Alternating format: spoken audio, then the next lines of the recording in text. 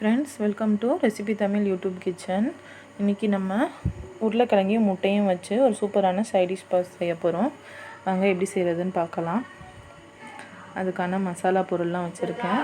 Description பாக்ஸில் பார்த்து என்னென்ன அளவுன்றதை தெரிஞ்சுக்கோங்க. இப்போ எப்படி செய்கிறதுன்னு வாங்க பார்க்கலாம். முட்டையை இந்த மாதிரி ஃபோர்க் வச்சு நல்லா எல்லா சைடும் நல்லா கொத்திக்கோங்க. ஹோல்ஸ் போட்டுட்டு நான் அப்போ தான் வெடிக்காமல் இருக்கும் எண்ணெயில் போடும்போது. ஒரு 100 கிராம் அளவுக்கு எண்ணெய் சேர்த்துக்கிறேன்.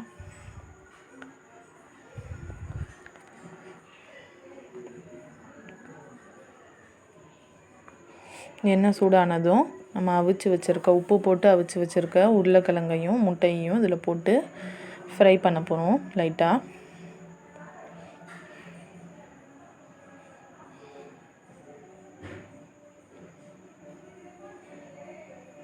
மேலே கொஞ்சம் மஞ்சத்தூள்,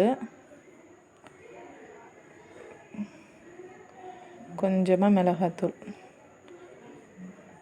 தூவி லைட்டாக ஃப்ரை பண்ணி எடுத்துக்க போகிறோம்.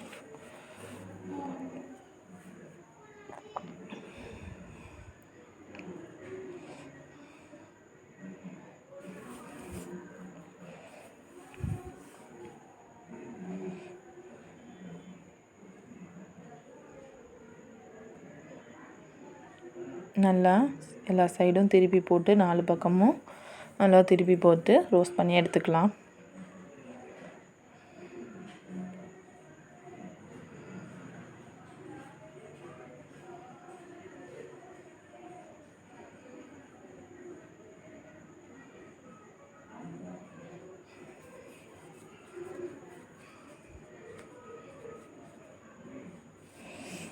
இந்த டிஷ் சப்பாத்திக்கு, ரொட்டிக்கு, பூரிக்கு, ஜீரா ரைஸ் இது எல்லாத்துக்குமே ரொம்ப நல்லாயிருக்கும். ட்ரை பண்ணி பாருங்கள் நீங்களும் ஒரு முறை. முட்டையும் உருளைக்கிழங்கும் இருந்தால் போதும். என்ன செய்கிறதுன்னு யோசிச்சுட்டு இருக்கும்போது 2 பொருள் மட்டும் வச்சு சூப்பராக ரொம்ப டேஸ்டான ஒரு சைட் டிஷ் ரெடி பண்ணிடலாம்.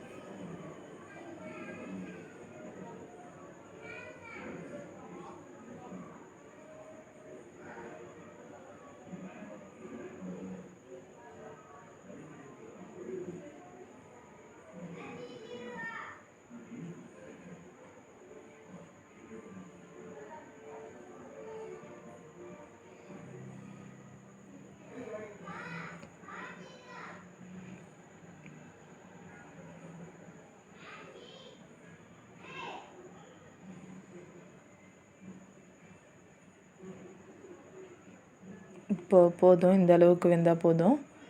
நம்ம எடுத்துக்கலாம். எண்ணெயிலேருந்து நல்லா செவந்து வந்துடுச்சு பாருங்கள். இப்போ இது எல்லாத்தையும் எடுத்து ஒரு பிளேட்டில் வச்சுக்குவோம்.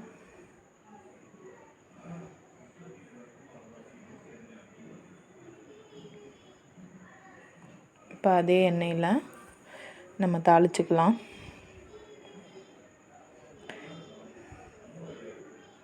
தாளிக்கிறதுக்கு எடுத்து வச்சுருக்க ஸ்பைசஸ்லாம் போட்டு கொஞ்சம் நல்லா பொரியிற அளவுக்கு வெயிட் பண்ணுவோம். எண்ணெயில் கொஞ்சம் அந்த ஸ்பைசஸ் நல்லா ஃப்ரை ஆகட்டும். அதுக்கப்புறம் ஜிஞ்சர் கார்லிக் பேஸ்ட் ஆட் பண்ணிக்கலாம். 2 டேபிள் ஸ்பூன் அளவுக்கு. உங்களுக்கு எது என்னென்ன அளவுன்னு டிஸ்கிரிப்ஷன் பாக்ஸ்லேயும் கொடுக்குறேன். ப்ளஸ் வீடியோ மேலேயும் வரும், பார்த்து தெரிஞ்சுக்கோங்க.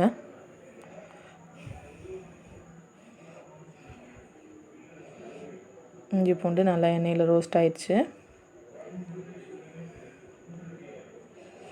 இப்போ எடுத்து வச்சுருக்க மசாலா பொருளை சேர்த்துக்குவோம். அதுவும் எண்ணெயில் ஃப்ரை ஆகட்டும். இப்போ வெங்காயம், தக்காளி, பச்சை மிளகாய் சேர்த்து அரைச்சி வச்சுருக்கோம். அந்த அரைச்ச விழுதியும் சேர்த்துக்குவோம். சேர்த்து நல்லா எண்ணெயிலேயே நல்லா வதக்கணுங்க. தண்ணி ஊற்றக்கூடாது. தண்ணி சேர்க்காமல் எண்ணெயிலேயே நல்லா வதக்கணும். நல்லா வதங்கி அது அந்த ஆயில் நல்லா மசாலா நல்லா வெந்து மசாலாலேருந்து எண்ணெய் வெளியில் வரும். அது அளவுக்கு நல்லா வதக்கிக்கோங்க.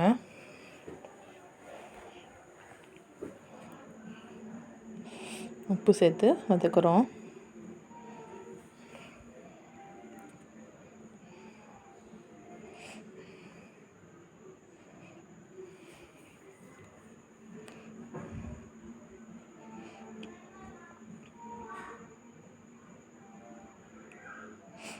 ஒரு 10 நிமிஷம் கிட்ட நல்லா வதக்கணுங்க. நல்லா அந்த மசாலா நல்லா வேகணும்.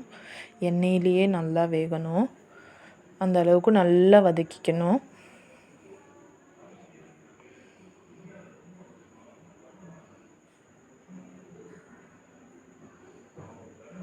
சைடில் பாருங்கள் எப்படி எண்ணெய் விடுதுன்னு.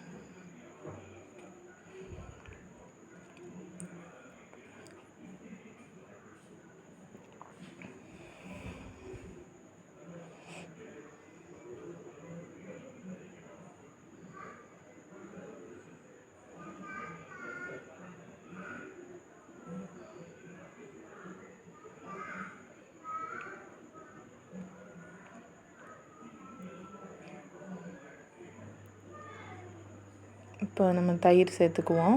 மசாலா நல்லா வதங்கிருச்சு. இப்போ தயிர் போட்டு வதக்கிக்குவோம் கொஞ்சம்.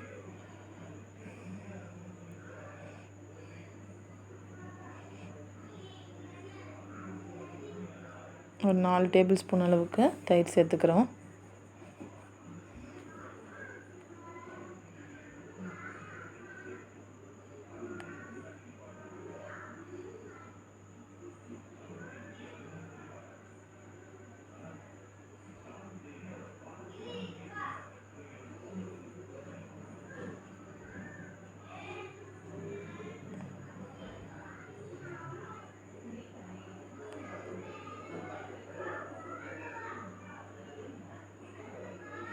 எந்த அளவுக்கு வதக்குறீங்களோ அந்த அளவுக்கு கிரேவி நல்லா டேஸ்ட்டாக பச்சை வாசனைலாம் இல்லாமல் நல்லா சூப்பராக க்ரீமியாக இருக்கும். கொஞ்சம் பொறுமையாக நல்லா வதக்கிக்கோங்க.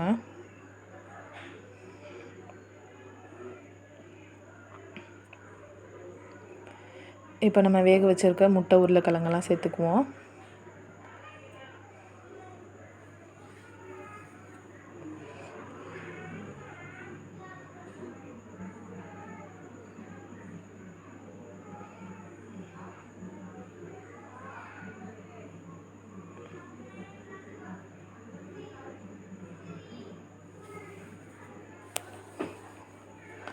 இப்போ தான் தண்ணி சேர்க்கணும். இப்போ தண்ணி கொஞ்சமாக சேர்த்துக்கோங்க, நிறைய சேர்க்காதீங்க. ஒரு அரை கிளாஸ் அளவுக்கு தண்ணி சேர்த்துக்கோங்க.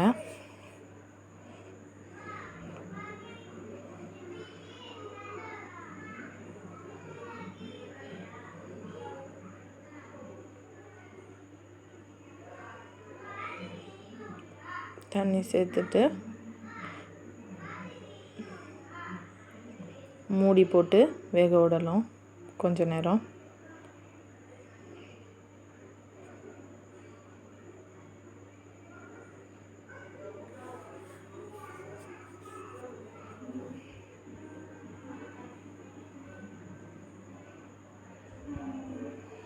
மூடி போட்டு நல்லா ஒரு 5 நிமிஷம் வேக விடுங்க. நல்லா அந்த கிரேவிலேருந்து எண்ணெய் நல்லா பிரிஞ்சு மேலே வந்துடும். அது அளவுக்கு நல்லா வேக விடுங்க.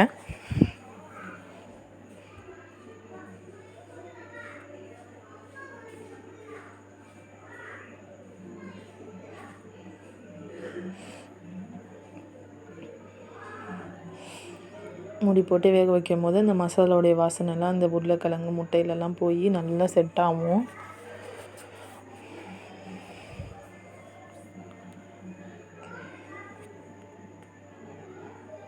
பாருங்கள் எந்த அளவுக்கு நல்லா எண்ணெய் பிரிஞ்சு நம்ம ஊற்றின எண்ணெய் எல்லாமே கம்ப்ளீட்டாக மேலே பிரிஞ்சு வந்துச்சு. இந்த டைமில் நம்ம கசூரி மெத்தி ஆட் பண்ணிக்குவோம். 1 ஸ்பூன் கரம் மசாலா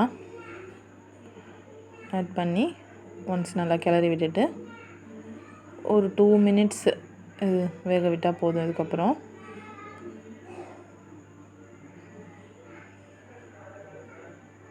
கரம் மசாலா லாஸ்ட்டாக தாங்க சேர்க்கணும், ஃபஸ்ட்டே சேர்த்துறாதீங்க.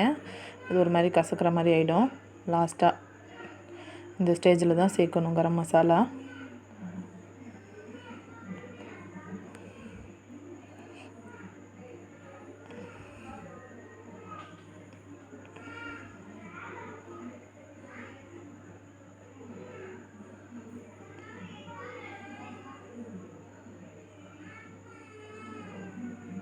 மூடி போட்டு ஒரு 2 செகண்ட் 2லேருந்து 3 நிமிஷம் கொஞ்சம் வேக விடுங்க. மறுபடியும் அந்த ஆயில் எல்லாம் வெளியில் நல்லா வரும், எண்ணெய் விடும், எண்ணெய் நல்லா பிரிஞ்சிரும்.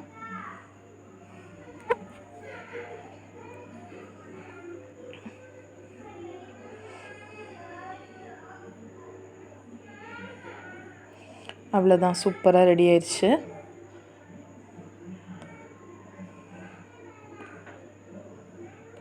ரொம்ப சூப்பராக நம்ம என்ன செய்கிறதுன்னு யோசிச்சுட்ருக்க நேரத்தில் முட்டையும் உருளைக்கிழங்கையும் வச்சு ரொம்ப ஒரு ரிச்சான சைடிஷ்ஷு ரெடி பண்ணிடலாம். சப்பாத்திக்கு, ரொட்டிக்கு, பூரிக்கு, இட்லிக்கு, சப்பாத்தி, தோசை எல்லாத்துக்குமே செட் ஆகும். இது ரொம்ப நல்லாயிருக்கும் டேஸ்ட்டும்.